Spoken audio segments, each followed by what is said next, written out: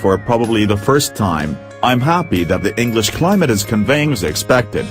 Shakespeare's home province of Warwickshire is secured with the chill greyness, what his botanist once depicted as fruitless winter, with his furious nipping frosty, and the streets are sodden and oily.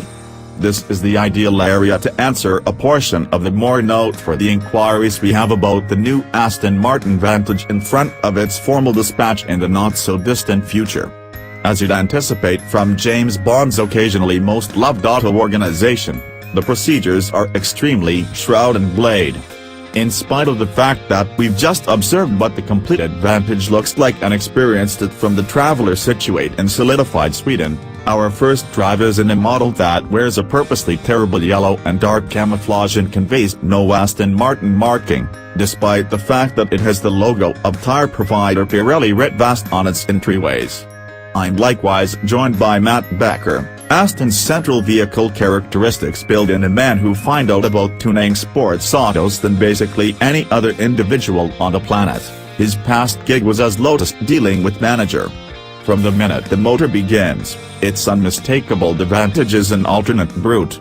It shares the DB11's AMG-sourced twin-turbo 4.0-liter V8. The DB11 is additionally accessible with a twin-turbo V12. It gets a considerably darker soundtrack. Our test auto was breathing out through what will be a discretionary game fumes, yet notwithstanding leaving Aston's new Wellesbourne building Focus at a differential pace, it sounded both louder and angrier than whatever else fitted with this motor, beside a Mercedes-AMG GTR, that is. Becker says the fumes note has been tuned to give more higher frequencies, as they are more qualified to the character of the auto. There are some astonishingly boisterous pops and blasts while lifting off the throttle, as well. The model's CF8-speed programmed gearbox will be the main transmission decision at dispatch, despite the fact that a 7-speed manual will take after. The transaxle is race-mounted to help enhance the Vantage's weight dispersion, cited as 50 hours 50 minutes front to race, however controls the back wheels through a progressed electronically controlled restricted slip differential, something the DB11 doesn't get in either 8 or 12-chamber frame. Up until now, so Aston, however, turning on to littler and more tightly streets uncovers what the Vantage is better than average at. The front end remains dedicated and open as speed increments, and now the diff at the back likewise gets an opportunity to demonstrate how smart it is.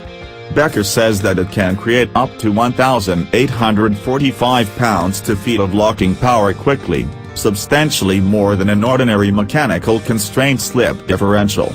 This serves to both augment hold and to vector to work over the back pivot.